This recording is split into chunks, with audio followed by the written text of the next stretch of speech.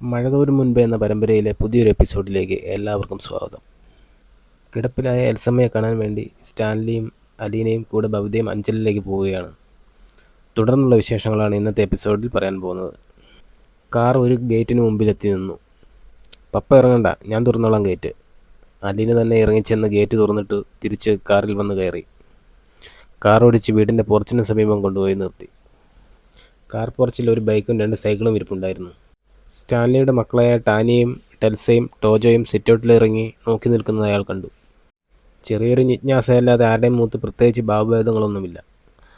Aleena door തുറന്നിറങ്ങുന്നത് കണ്ട് പിൻവലിയാൻ ഭാവിച്ച ടാനിയ ബബിതയെ കണ്ടതോടെ തിരിഞ്ഞു നിന്നു. ആകാംക്ഷയോടെ അവൾ ബബിതയെ നോക്കി. ഏതാണപ്പ ഈ പുതിയ അവതാരം? അവൾ ടോജോയ്ക്ക് മാത്രം കേൾക്കാവുന്ന ശബ്ദത്തിൽ പിറുപിറുത്തു. അലീനയെ കണ്ടതും ടെൽസ ചിരിച്ചുകൊണ്ട് ചാടി ഇറങ്ങിച്ചെന്നു. അത് ബുദ്ധിമാന്ദ്യമുള്ള കുട്ടിയാണെന്ന് ഒറ്റ നോട്ടത്തിൽ തന്നെ ബബിതയ്ക്ക് മനസ്സിലായി. വൃത്തിഹീനമായ വസ്ത്രങ്ങളാണ് ധരിച്ചിരിക്കുന്നത്. അവൾ അടുത്തു വന്നപ്പോൾ പുളിച്ച വിയർപ്പിൻ്റെയും കാച്ച എണ്ണയുടെയും ഗന്ധമടിച്ചു. അലീന വാത്സല്യത്തോടെ അവളെ ആശ്ലേഷിക്കുന്നത് കണ്ട് ബബിത വിസ്മയം പൂണ്ടു. ആരാ ചേച്ചി അത്? ടെൽസ ബബിതയുടെ നേർക്ക് കൈ ചൂണ്ടി. അത് ബബിത, നിൻ്റെ ഒരു ചേച്ചിയാ. ആണോ? ടെൽസ ബബിതയെ നോക്കി സന്തോഷത്തോടെ ചിരിച്ചു. ടാനിയ ഇതിനകം അകത്തേക്ക് തിരിച്ചുപോയി കഴിഞ്ഞിരുന്നു. ടോജോ അലീനയും സ്റ്റാൻലിയും ബബിതയും മാറി മാറി നോക്കിക്കൊണ്ട് സിറ്റൗട്ടിൽ നിൽപ്പുണ്ട്. സ്റ്റാൻലി അവൻ്റെ അടുത്തേക്ക് ചെന്നു. നിനക്കൊന്ന് ക്ലാസ്സിലായിരുന്നോ? ഇന്ന് ശനിയാഴ്ചയല്ലേ? ഓ അത് ശരി, നീ നന്നായിട്ട് പഠിക്കുന്നുണ്ടോ?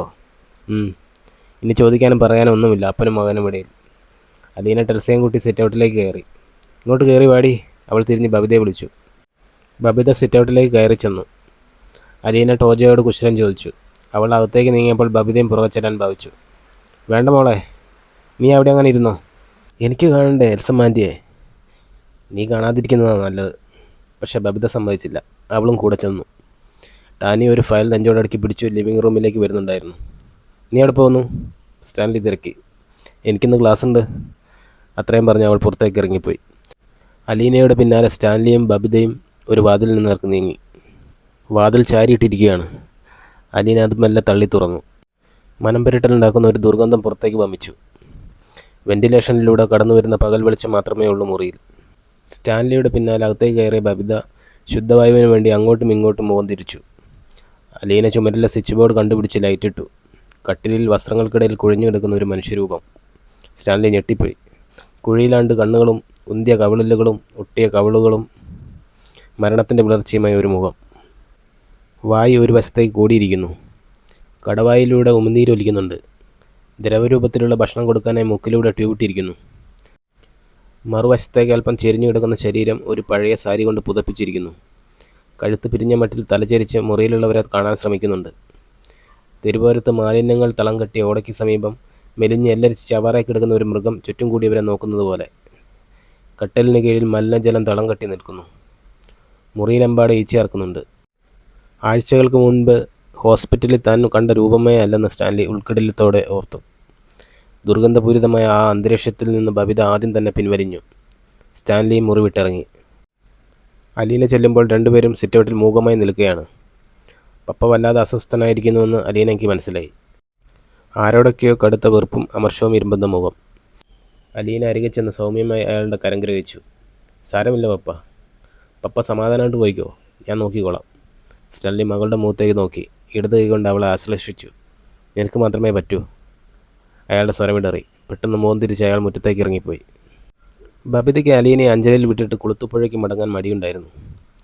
അലീന അവളെ ആശ്വസിപ്പിച്ചു. ആഗ്രഹിക്കുമ്പോഴൊക്കെ നിനക്ക് ഇങ്ങോട്ട് വരാമല്ലോ. എന്നും രാവിലെ ഇങ്ങോട്ട് വാ, ഉച്ചയ്ക്ക് തിരിച്ചു പോവാം. ബൈജുവിനോട് പറഞ്ഞാൽ കൊണ്ടുവിടും, അല്ലെങ്കിൽ ഒരു ബസ്സിൽ കയറിയിരുന്ന 1 മണിക്കൂർ. അതൊക്കെ ശരി, എന്നാലും ചേച്ചി ഇത് ഏറ്റെടുക്കേണ്ട ആവശ്യമുണ്ടായിരുന്നോ? എന്തൊരു നാറ്റം ആ മുറിക്കുള്ളിൽ. അവരിനി രക്ഷപ്പെടുമോ ചേച്ചി? എനിക്കറിയില്ല, എന്തെങ്കിലും സാധ്യതയുണ്ടെന്ന് നോക്കാം. എനിക്ക് 2 മിനിറ്റ് നിൽക്കാൻ പറ്റില്ല ആ റൂമിൽ. ചേച്ചിക്ക് എങ്ങനെ മനസ്സ് വരുന്നു? എന്തൊരു കഷ്ടപ്പാട് അവരെ ശുശ്രൂഷിക്കണമെങ്കിൽ. ചേച്ചിക്ക് അറപ്പ് തോന്നില്ലേ? നമ്മളിൽ ആർക്കും ഇങ്ങനെയൊരു ദുർബുദ്ധി വരാമെന്ന് വിചാരിക്കണം. അപ്പോൾ അറപ്പൊക്കെ താനേ മാഞ്ഞു പോവും.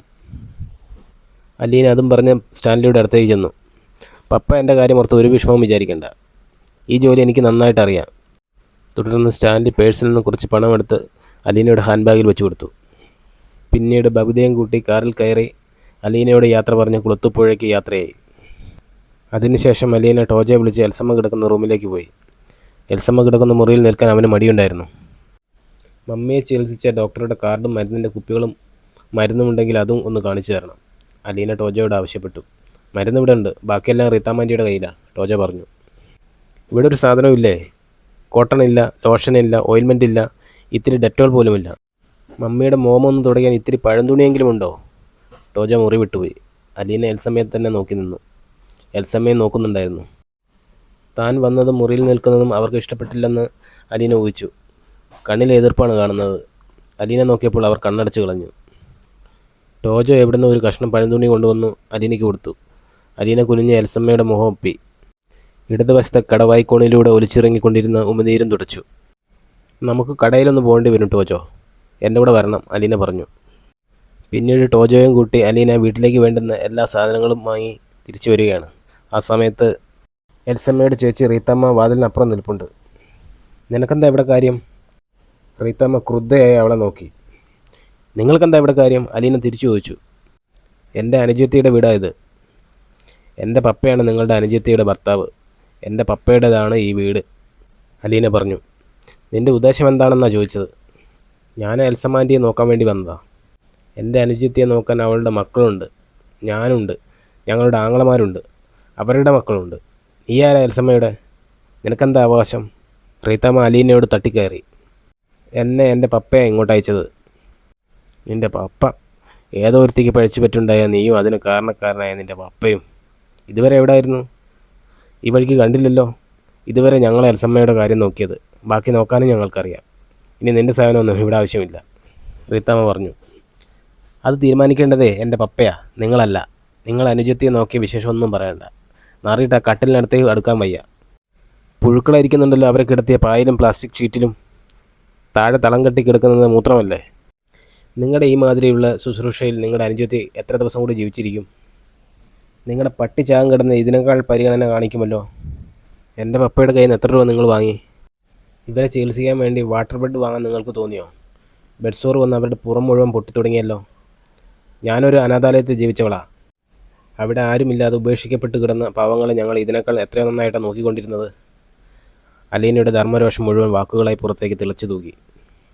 മമ്മി അവളോട് തർക്കിക്കാൻ നിൽക്കണ്ട, വാ നമുക്ക് വേറെ വഴി നോക്കാം, റീത്തമ്മയുടെ അരികെ നിന്ന യുവാവ് പറഞ്ഞു. അവർ രണ്ടുപേരും ഉടൻ തന്നെ തിരിച്ചു പോവുകയും ചെയ്തു. അലീന തൻ്റെ ജോലി തുടർന്നു. എൽസമ്മയുടെ ഡ്രസ്സ് കുറേശ്ശെ അഴിച്ചു മാറ്റി. പിന്നീടുള്ള എല്ലാ പരിചരണവും നടത്തി. പിന്നെ ടോജോയും കൂട്ടി എൽസമ്മയെ ചികിത്സിച്ചിരുന്ന ഡോക്ടറെ കണ്ട് വേണ്ടുന്ന കാര്യങ്ങളൊക്കെ മനസ്സിലാക്കി. അലീനയും ടോജോയും ഓട്ടോറിക്ഷയിൽ അഞ്ചലിലെ വീട്ടിലേക്ക് തിരിച്ചെത്തിയപ്പോൾ തന്നെ കണ്ടു. റീത്താമ്മയുടെ വീട്ടുമുറ്റത്ത് കാറും ജീപ്പും ബൈക്കും. റീത്താമ്മയുടെ ആങ്ങളമാർ എത്തിച്ചേർന്നിട്ടുണ്ടാവുമെന്ന് അവൾ ഊഹിച്ചു. ടാനിയ ക്ലാസ് കഴിഞ്ഞെത്തിയിരുന്നു. അവൾ റീത്താമ്മയുടെ വീട്ടിലേക്കാണ് പോയത്. വാങ്ങിക്കൊണ്ടുവന്ന മരുന്നുകളും മറ്റു സാധനങ്ങളും അലീന എൽസമ്മയുടെ മുറിയിലെ ടീപ്പോമേൽ വെച്ചു. എൽസ അലീനയെ പറ്റിക്കൂടി. അവൾ വാങ്ങിക്കൊണ്ടുവന്ന സാധനങ്ങളെടുത്ത് തിരിച്ചും മറിച്ചും നോക്കി. ഏതാനും മിനിറ്റുകൾക്ക് ശേഷം സിറ്റൗട്ടിലും ലിവിംഗ് റൂമിലും കാൽപ്പെരുമാറ്റം കേട്ടു. അലീന വാതിൽക്കൽ ചെന്ന് നോക്കി. എൽസമ്മാൻ്റിയുടെ സഹോദരന്മാരും റീത്താമാൻ്റിയും. ഞങ്ങളുടെ പെങ്ങളെ നോക്കാൻ വേണ്ടിയിട്ട് നീ വന്നിരിക്കുന്നതെന്ന് ഇവിടെ ആരോ പറയുന്നത് കേട്ടു. അച്ഛൻ കുഞ്ഞ് മേശമേൽ വിരലൊടിച്ചുകൊണ്ട് അലീനയെ നോക്കി. ശരിയാണ്, അലീന പറഞ്ഞു. വയ്യാതെ കിടക്കുന്നവരെ ശുശ്രൂഷിക്കാൻ നീ ആരാടി? മദർ തെരേസയോ? ഞങ്ങളുടെ പെങ്ങളെ നോക്കാൻ ഞങ്ങൾക്കറിയാം. അതിന് ഒരുത്തിയുടെ അവസരം വേണ്ട. എൽസമ്മാൻ്റിയുടെ ചികിത്സാ കാര്യങ്ങൾ ഏർപ്പാടാക്കേണ്ടത് എൽസമ്മാൻ്റിയുടെ ഭർത്താവാണ്. എൽസമ്മാൻ്റിയെ ശുശ്രൂഷിക്കേണ്ടത് അവരുടെ മക്കളും. നിങ്ങൾക്കല്ല അതൊന്നും തീരുമാനിക്കാനുള്ള അവകാശം, അലീന പറഞ്ഞു. ഞങ്ങൾ തീരുമാനിച്ചു കഴിഞ്ഞു. അവളെ ഒരു വൃദ്ധസദനത്തിൽ കൊണ്ടാക്കാനുള്ള എല്ലാ ഏർപ്പാടും ചെയ്തു കഴിഞ്ഞു. അവൾക്ക് വേണ്ടി മുറിയും ബുക്ക് ചെയ്തു. അലീനയുടെ മനസ്സിടിഞ്ഞു പോയി. അതിനേക്കാൾ ഭേദം ഈ മുറ്റത്തൊരു ശവക്കുഴി തോണ്ടി അതിനകത്തിട്ട് ജീവനോടെ കുഴിച്ചു മൂടുന്നതാ. അലീന രോഷാകുലയായി. അത് ഞങ്ങൾ വേണ്ട പോലെ ചെയ്തോളാം മതി. നിൻ്റെ ഉപദേശമൊന്നും വേണ്ട. നാളെ രാവിലെ വണ്ടി വരും അവളെ കൊണ്ടുപോകാൻ. ഈ മക്കളുടെ സമ്മതമില്ലാതെ നിങ്ങൾക്ക് അവരുടെ അമ്മയെ കൊണ്ടുപോകാൻ പറ്റില്ല, അലീന വീറോടെ പറഞ്ഞു. അത് കേട്ട് അച്ഛൻ കുഞ്ഞ് പൊട്ടിച്ചിരിച്ചു. അലീന ഒരു പിന്തുണ പ്രതീക്ഷിച്ച് കുട്ടികളെ നോക്കി. ടാനിയ മറുവശത്താണെന്ന് അവൾക്ക് ഊഹിക്കാൻ കഴിഞ്ഞു. ഞങ്ങളുടെ മമ്മിയെ നോക്കാനെന്നും പറഞ്ഞ് ആരും ഇവിടെ വന്ന് നിൽക്കണ്ട, എനിക്കിഷ്ടമല്ല, ടാനിയ പറഞ്ഞു. ഇതുവരെ ഇല്ലാത്ത സഹായം ബന്ധവും ഒന്നും ഞങ്ങൾക്ക് വേണ്ട. മമ്മിയുടെ കാര്യം റീത്താമ്മ ആൻറ്റിയും ഞങ്ങളുടെ അങ്കിൾമാരും കൂടി നോക്കിക്കൊള്ളൂ. പിറ്റേന്ന് രാവിലെ 7 മണിക്ക് ആംബുലൻസ് എത്തി. റീത്താമ്മയും ആങ്ങളമാരും അവരുടെ മക്കളും അലീന അതുവരെ കണ്ടിട്ടില്ലാത്ത കുറേ ബന്ധുക്കളും വന്നു ചേർന്നിട്ടുണ്ടായിരുന്നു. അലീന അതൊന്നും ഗവനിക്കാനേ പോയില്ല. അവൾ രാവിലെ എൽസമ്മയുടെ ദേഹം തുടച്ചു, വസ്ത്രം മാറ്റി, ബെഡ് ക്ലീൻ ചെയ്തു. എൽസമ്മയ്ക്ക് കുടിക്കാൻ ചൂടുള്ള ചായയും കൊടുത്ത് കിടത്തിയിരുന്നു. 7:30 മണിയോടെ ഏലിയാസും അച്ഛൻ കുഞ്ഞും റൗഡികളെപ്പോലെ മുറിക്കുള്ളിലേക്ക് കയറി വന്നു. അവർ എൽസമ്മയെ കട്ടിലോടെ തന്നെ പൊക്കിയെടുത്ത് സിറ്റൗട്ടിലേക്ക് കൊണ്ടുപോയി. സിറ്റൗട്ടിൽ നിന്ന് എടുത്തു കിടത്താൻ പാകത്തിൽ ആംബുലൻസ് തിരിച്ചിട്ടു. അപ്പോഴേക്കും ഒരു ജീപ്പ് വന്ന് ഗേറ്റ് പാതി കടന്നു നിന്നു. ആദ്യം ബബിത ജീപ്പിൽ നിന്ന് ഇറങ്ങി, പിന്നാലെ സ്റ്റാൻലിയും. സ്റ്റാൻലിയെ കണ്ടതോടെ റീത്താമ്മയും ആങ്ങളമാരും ജാഗരൂകരായി. ഒരു കാരണവശാലും വിട്ടുകൊടുക്കരുത്, അവൾ ഫോൺ ചെയ്ത് വരുത്തിയതാ, റീത്താമ്മ ഏലിയാസിനോട് അടക്കം പറഞ്ഞു. അവർ വളരെ വേഗം എൽസമ്മയെ എടുത്ത് ആംബുലൻസിലെ സ്ട്രെച്ചറിൽ കിടത്തി. ഡോറുകൾ അടച്ചു. സ്റ്റാൻലി ആംബുലൻസിൻ്റെ മുമ്പിലേക്ക് വന്നു. അയാൾ എന്ത് തടസ്സമുണ്ടാക്കിയാലും അതിനെ നേരിടാനുറച്ച് റീത്താമ്മയും ബന്ധുക്കളും തയ്യാറെടുത്തു നിന്നു. തനിക്കെതിരെ അണിനിരുന്ന ശത്രു സേനാംഗങ്ങളെ സ്റ്റാൻലി നോക്കി. അച്ഛൻ കുഞ്ഞ്, ഏലിയാസ്, സാമുവൽ, മൈക്കിൾ, സേവിച്ചൻ, പിന്നെ സ്റ്റാൻലിക്ക് പേരറിയാത്ത കേവല മുഖപരിചയം മാത്രമുള്ള ചിലർ. വേണ്ടി വന്നാൽ ഒരു ഏറ്റുമുട്ടലിന് തയ്യാറായി തന്നെയാണ് അവരുടെ നിൽപ്പ്. സ്റ്റാൻലി ആംബുലൻസിൻ്റെ ഡ്രൈവറോട് സംസാരിച്ചു. ഞാനൊരു റിട്ടയർഡ് ലഫ്റ്റനൻറ്റ് കേണലാണ്. പേര് സ്റ്റാൻലി ജോസഫ്. എൻ്റെ ഭാര്യയാണ് നീ ചില സാമൂഹിക വിരുദ്ധരുടെ സഹായത്തോടെ തട്ടിക്കൊണ്ടുപോകുന്നത്. ഡ്രൈവർ വിരണ്ടുപോയി. വണ്ടി വാടകയ്ക്ക് വിളിച്ചിട്ടാണ് ഞാൻ വന്നത്. അഡ്വാൻസ് വന്നു, ഒരു രോഗിയെ കൊണ്ടുപോകണമെന്ന് പറഞ്ഞു. എനിക്ക് വേറൊന്നും അറിയില്ല.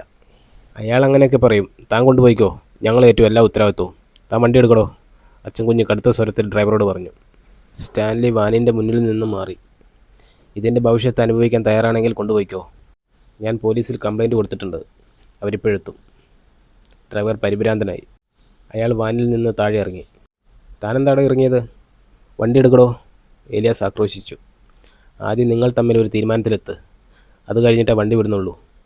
അവർ സംസാരിച്ച് നിൽക്കുന്നതിനിടയിൽ പോലീസ് ജീപ്പ് വന്നു കയറുന്നു. ജീപ്പ് ഗേറ്റിന് വെളിയിൽ നിർത്തി. SIയും 2 കോൺസ്റ്റബിൾമാരും ഇറങ്ങി വന്നു. എന്താ ഇവിടെ ആൾക്കൂട്ടം? SI എല്ലാവരെയും നോക്കി. സ്റ്റാൻലി ഒന്നും മിണ്ടാതെ മാറി നിന്നു. നിങ്ങളാരൊക്കെയാണ്? എന്താണ് പ്രശ്നം? ഞങ്ങളുടെ സഹോദരി സുഖമില്ലാതെ കിടപ്പാണ് സാർ. അവളെ ട്രീറ്റ്മെൻറ്റിന് കൊണ്ടുപോകാൻ വേണ്ടി ആംബുലൻസ് വിളിച്ചു വരുത്തിയതാണ്. അയാൾ സമ്മതിക്കുന്നില്ല. ഏലിയാസ് സ്റ്റാൻലിയുടെ നേർക്ക് കൈ ചൂണ്ടി. ആംബുലൻസിൻ്റെ ഡ്രൈവറെ അയാൾ ഭീഷണിപ്പെടുത്തുകയായിരുന്നു. അതെന്താണ് അങ്ങനെ? നിങ്ങളുടെ സഹോദരിയുടെ ആരാണ് അദ്ദേഹം? ഏലിയാസ് റീത്താമ്മയും പരസ്പരം നോക്കി. നിങ്ങൾ ഇതിനു മുൻപ് ഒരു കള്ളക്കേസുമായി എൻ്റെ അടുത്ത് വന്നിട്ടുണ്ട്. നിങ്ങളുടെ കാർ മിസ്റ്റർ സ്റ്റാൻലി ഇടിച്ചു തകർത്തുവെന്നും പറഞ്ഞ്. പക്ഷേ ആ കാർ നിങ്ങളുടേതായിരുന്നില്ല. എനിക്ക് കാര്യങ്ങൾ അറിയാം. അതുകൊണ്ട് സത്യസന്ധമായ ഉത്തരം പറഞ്ഞില്ലെങ്കിൽ നിന്നെയൊക്കെ ആ ഗേറ്റിന് മുൻപിൽ കുനിച്ചു നിർത്തി ഞാൻ ഇടിക്കും. എൻ്റെ അനുജത്തിയുടെ ഹസ്ബൻഡാണ് സാർ, റീത്താമ്മ ദുർബല സ്വരത്തിൽ പറഞ്ഞു. ഓഹോ, ഭർത്താവാണ് പറയുന്നത് അയാളുടെ അനുവാദമില്ലാതെ ഭാര്യയെ കൊണ്ടുപോകാൻ പാടില്ലെന്ന്. ഭയങ്കരമായ അപരാധം. ആട്ടെ, ഈ വീട് ആരുടേതാണ്? ആരും മിണ്ടുന്നില്ല. നിൻ്റെയൊക്കെ അണ്ണാക്കിലെന്താ പഴമാണോടാ റാസ്കൽ? SI ഷൂ ഇട്ടകാൽ നിലത്ത് ആഞ്ഞു ചവിട്ടിക്കൊണ്ട് ഏലിയാസിൻ്റെ നേരെ ആക്രോശിച്ചു. എൻ്റെ അനുജത്തിയുടെ വീടാണ് സാർ, റീത്താമ്മ തെല്ലു പരിഭ്രമത്തോടെ പറഞ്ഞു. ഞങ്ങളാണ് അവളുടെയും കുട്ടികളുടെയും കാര്യങ്ങൾ നോക്കിക്കൊണ്ടിരിക്കുന്നത്. അനുജത്തിയുടെ മക്കളുടെ പൂർണ്ണ ഉത്തരവാദിത്തം നിങ്ങൾക്കാണോ? അതെ. എത്ര കാലമായി? 10-12 വർഷമായി. നിങ്ങളാണ് അനുജത്തിക്ക് മക്കൾക്കും ചെലവിന് കൊടുക്കുന്നത്. റീത്തമ്മ മറുപടി പറയാൻ ഒന്നറച്ചു. ഞങ്ങളുടെയും കൂടി സഹായം കൊണ്ടാണ്. ചോദിച്ചതിന് ഉത്തരം പറ. സ്റ്റാൻലി പണം ചെലവാക്കുന്നുണ്ടായിരിക്കും, പക്ഷേ പറഞ്ഞത് മതി. നിങ്ങളുടെ വീട് ഏതാണ്? റീത്താമ്മ തൻ്റെ വീടിന് നേർക്ക് കൈ ചൂണ്ടി. അതിൻ്റെ വരാന്തയിൽ കയറി മര്യാദയ്ക്ക് കൈയും കെട്ടിയിരിക്കുക. മനസ്സിലായോ? ഭാര്യയുടെ കാര്യത്തിൽ അവസാന തീരുമാനം എടുക്കാനുള്ള അധികാരം ഭർത്താവിനാണ്, നിങ്ങൾക്കല്ല. നിങ്ങൾ ഏത് കോടതിയിൽ പോയാലും അതിന് മാറ്റം വരില്ല. അല്ലെങ്കിൽ ഭാര്യ ഭർത്താവിനെതിരെ പരാതിപ്പെടണം. നിങ്ങളുടെ അനുജത്തിക്ക് പരാതിയുണ്ടോ? അവൾക്ക് സംസാരിക്കാൻ വയ്യ, തളർന്നു കിടക്കുക, റീത്താമ്മ പറഞ്ഞു. സംസാരിക്കാൻ പോലും വയ്യാതെ തളർന്നു കിടക്കുന്നവളെ നിങ്ങൾ എങ്ങോട്ടാണ് കൊണ്ടുപോകുന്നത്? ഹോസ്പിറ്റലിലേക്കോ? ഒരു വൃദ്ധസദനത്തിലേക്കാണ്. അവിടെ അവളെ വേണ്ടതുപോലെ നോക്കാൻ ആളെ ഏർപ്പാടാക്കിയിട്ടുണ്ട്. വയ്യാതെ കിടക്കുന്ന അനുജത്തിയെ നിങ്ങൾ ബന്ധുക്കളും സ്വന്തക്കാരും ചേർന്നല്ലേ നോക്കേണ്ടത്. വൃദ്ധസദനത്തിൽ കൊണ്ടുപോയി തള്ളി ഭാരം ഒഴിവാക്കുന്നതാണോ മര്യാദ? ഞങ്ങൾക്ക് കുടുംബവും മക്കളൊക്കെ ഉണ്ട് സാർ. അവരുടെ കാര്യങ്ങൾ നോക്കാൻ തന്നെ സമയം തികയുന്നില്ല. ഇവിടുത്തെ കുട്ടികൾ പഠിച്ചുകൊണ്ടിരിക്കുക. ആരും നോക്കാനില്ലാത്തത് കൊണ്ടാണ് ഇങ്ങനെ ഒരു തീരുമാനമെടുത്തത്. നിങ്ങളുടെ അനുജത്തിയുടെ ഭർത്താവ് ഒരു പെൺകുട്ടിയെ എവിടെ എത്തിച്ചു തന്നില്ലേ അവരെ ശുശ്രൂഷിക്കാൻ? എവിടെ നിങ്ങളുടെ അനുജത്തി? ആംബുലൻസിൽ കയറ്റി. ഓഹോ, ഇനി വണ്ടി വിട്ടാൽ മതി അല്ലേ? തുറക്കടോ, SI ഡ്രൈവറോട് ആജ്ഞാപിച്ചു. ഡ്രൈവർ ആംബുലൻസിൻ്റെ പിൻഭാഗം തുറന്നു. അവരെ ഇങ്ങോട്ട് ഇറക്ക്. ആരുമില്ലേ? അകത്തേക്ക് കയറ്റിയവരൊക്കെ എവിടെ പോയി? ഏലിയാസും മൈക്കിളും കൂടി ആംബുലൻസ് കയറി സ്ട്രെച്ചർ താഴെ ഇറക്കി. SI അടുത്ത് വന്ന് എൽസമ്മയെ നോക്കി. മൈക്കിളും ഏലിയാസും സാമുവലും കൂടി എൽസമ്മയെ എടുത്ത് കട്ടിലിൽ കിടത്തി. അതിനുശേഷം കട്ടിലെടുത്ത് അകത്തേക്ക് കൊണ്ടുപോയി. ഇനി നിങ്ങളുടെ പേരിൽ ഒരു പരാതി ഉണ്ടാകരുത്, SI റീത്താമ്മയോട് താക്കീതിൻ്റെ സ്വരത്തിൽ പറഞ്ഞു. ഈ എപ്പിസോഡിൻ്റെ അടുത്ത ഭാഗം അടുത്ത വീഡിയോയിൽ തുടരുന്നതായിരിക്കും. വീഡിയോ ഇഷ്ടപ്പെട്ടാൽ ലൈക്ക് ചെയ്യാനും സബ്സ്ക്രൈബ് ചെയ്യാനും മറക്കരുതേ.